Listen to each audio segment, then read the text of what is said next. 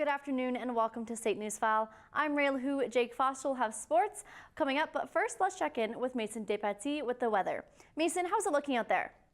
Well, Rhea, it's a pretty gloomy day today, and it's actually started spitting a bit. We did reach a high of 11 degrees, though, today, but with that wind and rain, it felt a lot cooler. We're actually hotter than we were last year, which was only 9 degrees, but our record high, 22 degrees, set all the way back in 1913. I wish we were that hot now, but at least we're not minus 21 like in 1940. That just goes to show you how crazy the weather can be in Calgary.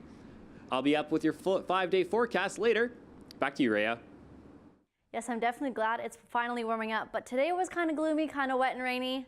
Yeah, but I don't think no matter what the weather is, it is going to keep people off of 17th Avenue. Oh no, it's going to be packed there tonight. It certainly is. In the last week, Calgary has once again become the Sea of Red, and tonight marks the start of the Calgary Flames playoff season.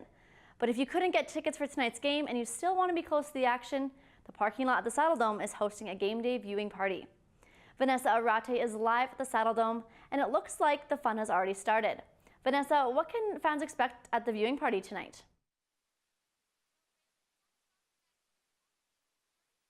Started down here. Parking lot 3 is now being called the Red Lot. Fans can come down here for free, where there will be face painting, live music, and #1 Flames fan Harvey the Hound. It seems like the whole city is coming together to celebrate. Go Flames, go! Woo. Go Flames, go! Woohoo! Go Flames, go! Go Flames, go! Tonight marks the start of the Flames playoff season, but it also marks the beginning of what's become a Calgary Flames playoffs tradition, the Red Mile. And what might become a new tradition, the Red Lot. 17th Ave is home to the Red Mile, and Mayor Nenshi announced that construction on 17th Ave will be postponed while the Flames remain in the playoffs, giving fans more room to celebrate and giving businesses the chance to bring in more customers. I think with the construction and what we've dealt with in the last 2 years with the economy, we're really excited to have people come back down to the Avenue and really get Calgary spirit going again. Fans are already fired up, not just because of the playoffs or the Red Mile, but because Calgary has a certain energy when it comes to hockey. Edmonton didn't really have the same kind of idea like when they went to the playoffs. So back in 2004 when we first had the Red Mile and when it was brand new, it definitely had a really good feel to it, and I think we can keep that feel going. The history that 70th Ave brought back in 04 with that run, I think that'll come back, especially the deeper they get. And I think they just got a really good team, a lot of young players, and I think the energy will come back. The passion that the fans have for this game is actually beautiful. Going to the Dome during playoffs is insane. I lived it like I said 2 years ago when we made the playoffs. It's actually incredible. The atmosphere is it's insane. It's pretty good. Within 2 months, 29 businesses closed last winter due to construction, and it seems that the Flames being in the playoffs has been helpful for the city, and whether it's for businesses or Calgarians trying to get their mind off of the economy. And in just an hour, the real festivities are going to be kicking off, and don't worry, when the puck drops, fans can watch it on the enormous Titan screen when the game starts. Rhea? Vanessa Arate reporting live at the Saddle Dome. The Red Lot is an all-ages event, and the Big 4 building will be hosting an 18 and over viewing party starting at 5 p.m. It's day 24 of the provincial election campaign today, and the leaders were all across Alberta fighting for votes. NDP leader Rachel Notley was here in Calgary, where she was focusing on healthcare. As Andrea Ferrari reports, Notley dispelled some fears that the New Democrats are out of cash. Rachel Notley stood in a cafe in Calgary today, surrounded by nurses, promising the same secure healthcare system that she says is currently in place. If I'm re-elected, this work will continue. I will defend our healthcare, not Americanize it. I will make sure everyone gets the care they need, no matter how much money they make. Notley also says seniors are especially a top priority when it comes to medication cost. There's only 5 days left of campaigning, and advanced polling have already received hundreds of thousands of votes from Albertans, so all candidates are busy at work. Jason Kenney will be rallying later today in Calgary with federal Conservative leader Andrew Scheer, While Kenney has also been focusing on healthcare throughout his campaign, he has been talking about a $10 million policy to tackle the opioid crisis. One of the reasons we have a growing opioid addiction crisis in this province is exactly because so many people waiting for surgery end up being prescribed powerful painkillers, which turn into a debilitating addiction in too many cases. Alberta Liberal Party leader David Kahn is in Calgary delivering his party's plan for environment protection policy, and Alberta Party leader Stephen Mandel will be in Edmonton. The provincial election is on Tuesday, April 16th. For St. Newsfile, I'm Andrea Ferrari. With Alberta's election only 5 days away, more people have voted in the first 2 days of the advanced polls this week than the entire time they were open 4 years ago in the 2015 provincial election. 276,000 Albertans have cast their ballots as of yesterday, setting the number of advance votes in provincial history. Elections Alberta says there are 2.7 million registered voters on the list, meaning approximately 10% of eligible voters have already cast a ballot. The Alberta election will take place on April 16th. It's that time of the year where students are stressed and the textbooks are being furiously flipped through. Exams are fast approaching at SAIT. Christian Oldale joins us live from the newsroom. Chris, a lot of students are stressed out right now. What can they do to prepare? Well, Rhea, this is the most stressful time of the year for students with exams coming in, and SAIT students are no exception. The weight of the test really weighs heavy on their shoulders, but there are a few options at SAIT that can really help the students get through this. Semester is nearing its end, and that means exams are coming. In the fall semester, an event called De-Stress Fest was put on by SAITSA to help students manage their stress. In the winter, though, there is no organized event to help relieve it. SAIT campus has services such as tutoring and academic coaching to help students get their best marks possible, but they are often not used to their full advantage. Well, I know a lot of people don't even know we have tutoring here, and I think it's like such a great help to students that do actually use it if they know about it, because it helps them actually be able to talk to someone right there. They don't have to worry about studying at home and being stuck on a question for 3 hours. They can just talk to an instructor and then they get it finished in 5 minutes, right? Recent studies on students and their stress levels worldwide yielded some shocking results. A large-scale study in Ontario in 2018 found that 1/3 of students surveyed about exam stress displayed moderate to severe symptoms of psychological distress. A big part of keeping a level head comes from finding your own way of studying and getting into a comfortable rhythm that students can manage. I like to sit down, listen to some music, and just spend maybe 3-ish hours just zoning out, reading over the materials, maybe doing some worksheets and that sort of thing. Well, if clearing your head and just relaxing isn't your thing, maybe go to the gym or take a trip to the Bahamas to help your stress. Back to you, Rhea. Christian Oldale reporting live from the SAIT newsroom. The semester comes to an end on April 26th. Calgary police are asking for help from the public again for information of the double murder last week in the Northeast. The victims have been identified as 25-year-old Jasdeep Singh and 22-year-old Japit Mali, both from Airdrie. The shooting took place just after 2 in the morning in the 2400 block of 37th Avenue Northeast. Police are looking for 5 men who may have information on this case. The men apparently were in the Burger King restaurant leading up to the incident. New charges has been laid against a former Red Deer, Alberta teacher accused of child sex offenses. Norman Howes is now facing new counts of sexual assault, sexual contact with a minor, sexual counsel of a child, sexual exploitation, and child pornography offenses. Howes, who was a teacher in Red Deer schools more than 30 years, is to return to court on May 1st. It's a statistic no parent ever wants to think about. Every year, more than 420 children across Canada are treated for window fall-related injuries. As the warm weather returns, EMS is reminding parents to keep a close watch on their children around windows and balconies. The City of Calgary has now been hard at work since 2014 after a reported 15% of trauma patients were children who fell from windows. Since the city has been working with the National Building Code to keep children safe. Proposed changes state that the portion of a second-story window that's able to be open must be at least 3 feet from the finished floor, or the window itself must have a device in place to permanently restrict the opening to no more than 4 inches. The final decision on these proposed changes will be made at the end of May. This new code will be voted upon in June and hopefully be implemented sometime early 2020. Those are today's top stories. After the break, we'll have your full forecast. But first, Mason DePatie has a look at what's happening around Calgary this week. If you're looking for something to do this Friday and playoff hockey isn't your thing, check out Just for Laughs, Sarah Millican. Tickets are just $45, but the laughs are priceless. The Calgary Brain Bee is happening at the UFC's Health Science Building. Live Q&A competitions will test the neuroscience knowledge of high school students around the world. Choo Choo Choose this event, Super Trains is Canada's largest model train show. Featuring all sorts of miniatures and dioramas, this event is perfect for all ages. Haven't you always wanted a monkey? The Western Canadian Pet Industry Trade Expo is taking place at the Big 4 building. Check out the hottest items for your furry one on April 14th. If you're into cars, you've been waiting for this one for a long time. Calgary's International Auto and Truck Show is back on April 17th. The BMO Center will be a garage for hundreds of cars. Take a look at everything from family minivans to the sports cars of your dreams. There are hundreds of people living on Calgary streets despite unpredictable weather conditions. The Drop-In Center provides all the services they need to upgrade their life and make it a little better.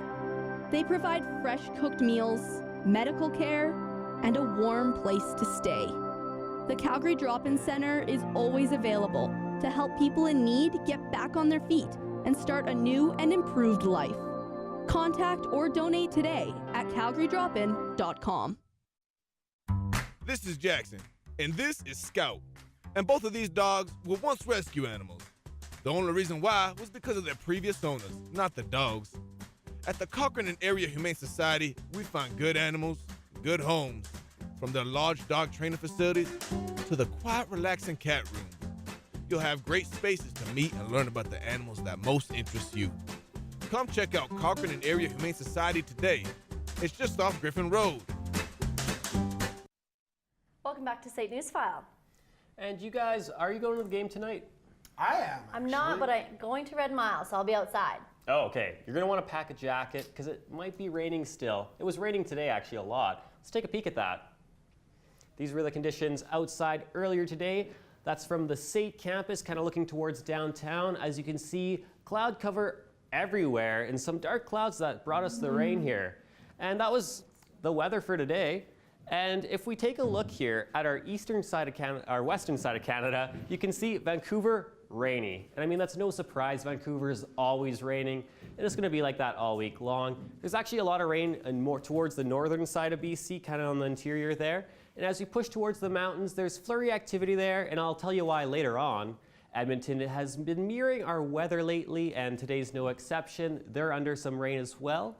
As we push towards Saskatchewan, you see Regina's at 7 degrees, and the sun's peeking through those clouds, and they're just going to get nicer and nicer as the week goes on. Winnipeg, much of the same. Their temperatures are going to rise, and they're going to get some nice spring weather, so good for them. And on the other side of Canada, you see Toronto, kind of balmy today on the lake, the clouds and rain. Montreal was nice and sunny. Hopefully, if you're there, you got to walk.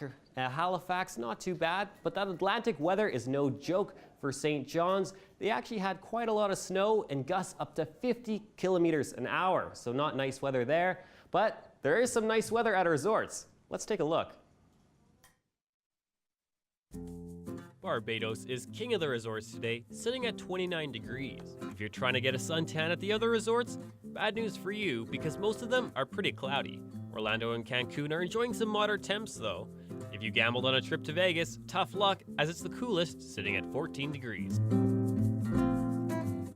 And back in our lovely city, you can see we reached a high of 11 degrees, but it didn't feel like that because of those showers and that northeast wind that really cooled it off. But we're up for some spring sun coming up here. And if we take a look at our province today, you can see cloud cover all over Alberta, all over. And that was bringing some rain. And like I said, flurry activity towards the mountains. It was snowing in Banff today, and that's because the low pressure system is sitting kind of down right there, causing a lot of instability. There was a lot of wind in southern Alberta, especially Lethbridge, the windy city of Alberta, and they were reaching 30 kilometers an hour. So not great weather across the province, but we are going to warm up, as you can see in our 5-day forecast here. It was raining tonight, so pack a coat for the Red Mile. It's 9 degrees for the Roughnecks game, and then a beautiful day on Saturday for that Game 2 of the playoffs. So you're going to want to go down to the Red Mile and enjoy festivities there. Sunday's another nice weekend day. And then to start the week on Monday, it's that beautiful sunshine. And speaking of sunshine and nice weather, why don't we take a look at our ski slopes right now? Sunshine Village doesn't actually have any sunshine. It's getting a skiff of snow, which is good news for those trying to get in one last ski trip for the year. All the lifts are still open. Mount Norquay is also getting some fresh powder and currently has a base of 89 centimeters. Conditions are variable, so watch out for roots, rocks, or anything that'll send you for a topple. Lake Louise got 2 centimeters of the white stuff yesterday to bring up the base to 166 centimeters. All the lifts are open and 127 out of the 145 runs are open. If conditions aren't good enough to ski, you can always grab a canoe. The Kiska is chilly today, sitting at -8. It has 71 groomed runs open. The last snow on the mountain fell on April 7th. Marmot Basin is the only sunny ski resort today, but it's only -6. Every lift is open and the runs are packed powder. If you are trying to get in one last ski trip for the year, I do it quickly because the big melt is coming. You know, Rhett, it seems like everywhere you go today, no matter what you do, people are just talking about the Red Mile and getting excited. Also, wearing red. Exactly. You know Look what at I us, mean? we're both Yeah. wearing red today. The Calgary Flames are back in the playoffs and looking for their first win in the postseason since 2015. Austin Lee is down at the Dome right now, and he's previewing tonight's game. Austin, what are the Flames going to need to do in order to have success against Colorado tonight?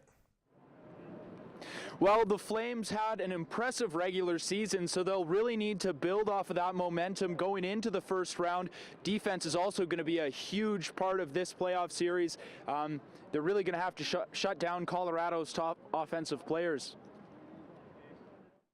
The Flames finished the regular season 17 points up on the Avalanche in the standings, with Colorado just squeaking into that second Western Conference wildcard spot. But they aren't taking the Avs lightly. Colorado has one of the best first lines in the league, and we heard this morning that Mikko Rantanen is in after missing the last 8 games with an upper body injury. But head coach Jared Bednar says he plans to play the 87-point man on the second line with Carl Soderberg instead of reuniting him with Nathan MacKinnon and Gabriel Landeskog. And in charge of facing down the Avs, it was confirmed this morning that Mike Smith will get the nod in net. The Flames say they're focused on playing the game that won them the Western Conference. Well, the best message you can send is go out and establish your game and get all 4 lines going and get everybody involved in the game. And that's what we're going to try and do. I think we've started on time at home. We've been good at home, and we've got to continue to do that. At the end of the day, it comes down to, most teams know what the other team's about. It's about who executes better and who does the little things right.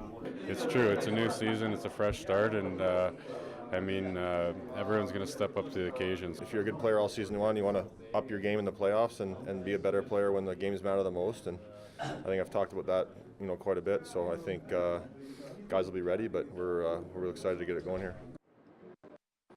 Now the Flames have some high expectations on them after their regular season. They're going to have to find a way to calm their nerves going into Game 1 tonight at the Dome. Back to you, Jake. Austin Lee reporting live from the Saddle Dome. The puck drops at 8 o'clock tonight. It was a rough series for the Calgary Hitmen in the second round as they got swept by the Edmonton Oil Kings last night. They had their locker room clean out today, and as E.T. Monroy reports, the hopes are high for next season. After a hard-fought 7-game series win against the Lethbridge Hurricanes, the Calgary Hitmen were up against another powerhouse in the second round. The Hitmen battled it out with provincial rivals, the Edmonton Oil Kings, who finished 5th overall, 5 places ahead of Calgary. The Oil Kings came out strong, scoring a goal in the first 5 minutes of the opening period and scoring another with just 2 minutes left in the first. That was the beginning of the end for Calgary. In the second and third period, the Oil Kings combined for another 4 goals that would ultimately lead to the 6-0 win. But the Hitmen showed a lot of resilience coming back in the first round, having lost the first 2 games, and as defenseman Mark Kastelik says, the team gained valuable experience going into the next season. Yeah, there's so much we can learn from that resiliency. We started the year off pretty rough and we really turned things around, and the guys really got so much experience and knowledge. Although this marks the end of the season for the Hitmen, center Dakota Krebs says the team's relationship in the locker room this season has been memorable, And with 3 veterans leaving, the connection will stay strong. I think, our 3 20-year-olds had a big part of that. And, they're all really great guys, and they were able to bring, everybody together really well. And, yeah, it's a tight group. I think everybody, they know a little bit of about everybody else, and, there's always a connection between everybody, and, that stays forever. Despite being swept in the second round of the playoffs, the players showed a lot of optimism going into next season in today's locker room cleanouts. The majority of the team will be back for next season in October. For State Newsfile, I'm Etim Monroy. The Tampa Bay Lightning came into the playoffs as Stanley Cup favorites. But last night, we were all issued a reminder that no matter what your record is in the regular season, everything can change in the postseason. Tampa Bay was up 3-0 in this one, and they blew that lead at the hand of 3 third-period Columbus goals. The big names for Tampa were invisible with no goals from Kucherov, Stamkos, Point, or Miller. And for Columbus, maybe selling the farm at the trade deadline is paying off more than expected. This series that majority of people assumed would be a sweep just got really interesting. The San Jose Sharks laid a beatdown on the Vegas Golden Knights in the Shark Tank last night. These Pacific Division rivals do not like one another, and the physicality was on full display all game. But the Sharks would get the last laugh.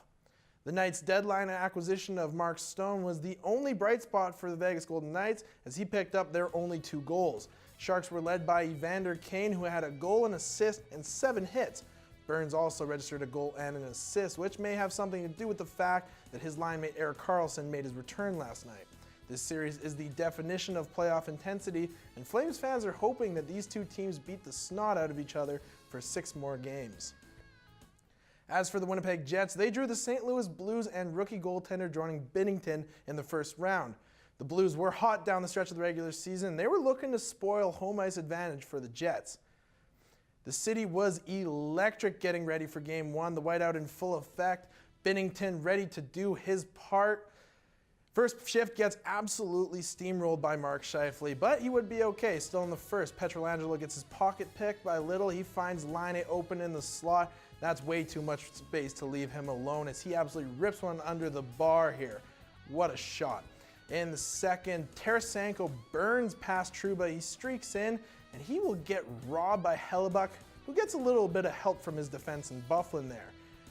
Now, set play off the draw, David Perron with a shot from the point. A lot of traffic in front, and good things happen when there's traffic in front of the net. That one beats Hellebuck.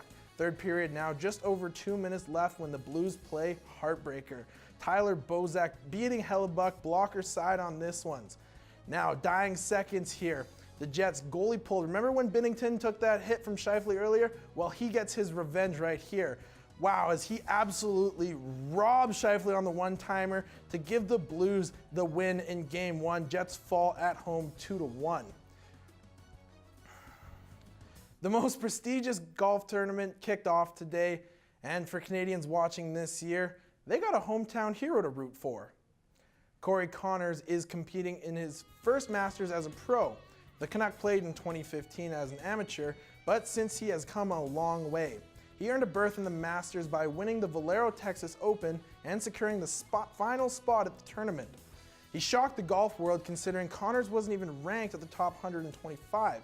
Now on the world stage, he is making his mark. Here he makes a putt on 11 to give him the par, and he would follow that up on 12 with the par 3. You can see the fans eagerly anticipating this shot, and this one will land right over the bunker. You know what, it might have been a little bit too close for comfort, but he made it work, and he would end up draining that putt for the birdie. Coverage of the Masters continues all weekend long, and whoever wins the coveted tournament will walk away with a new jacket and just under $2 million in match earnings. That was a look at sports. It's a great day. It is a great day for sports. So coming up, we'll show you what you need to know before taking your pet traveling.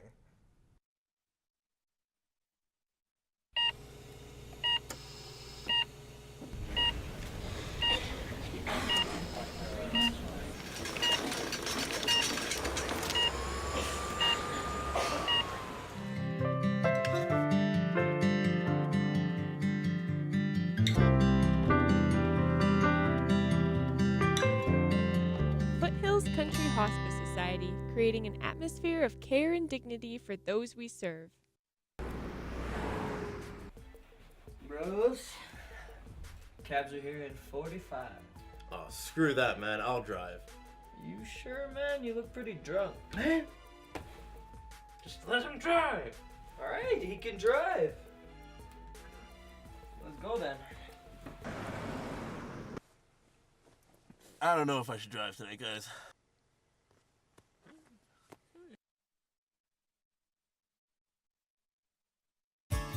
Come and learn and find your passion with SAIT's radio, television, and broadcast news program.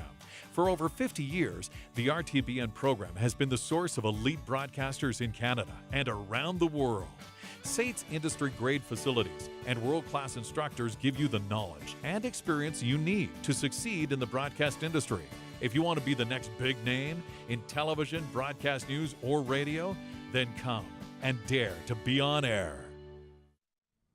Everyone looks forward to going away on vacation, and some are even lucky enough to travel with work. But what do you do with Fido while you were away? St. Newsfile Christian Hampton spoke with Sue Little, a dog breeder and a kennel owner, about the things to consider before boarding your best friend. Where'd you go?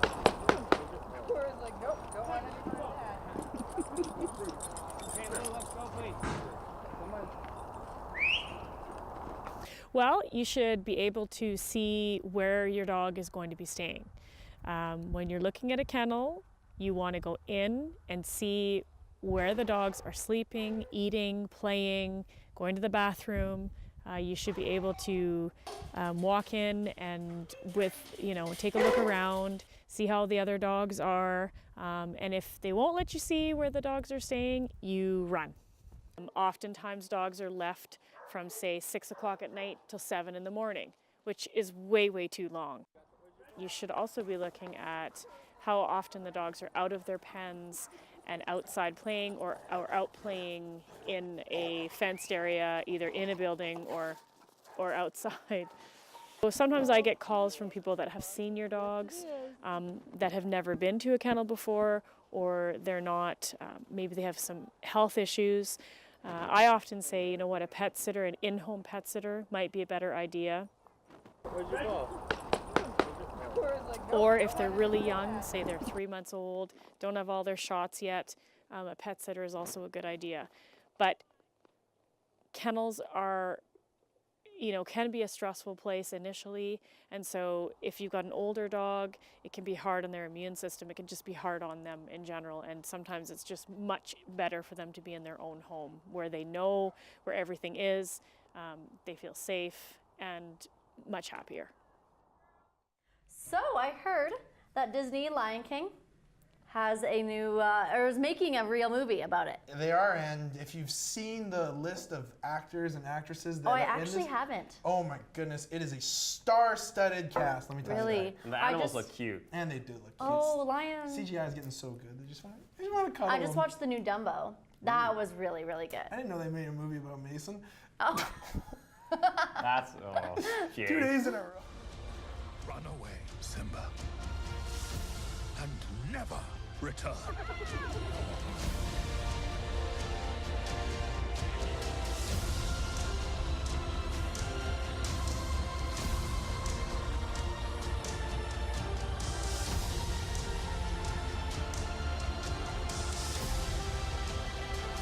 You must take your place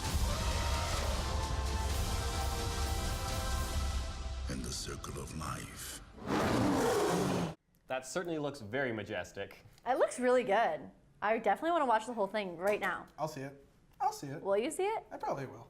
When is it supposed to come out? I'm not sure. I'm not sure. Actually, it's probably right there. It I just didn't it was probably on that. Anyway, thank you for watching SAIT Newsfile. You can check us out on sait.media.ca.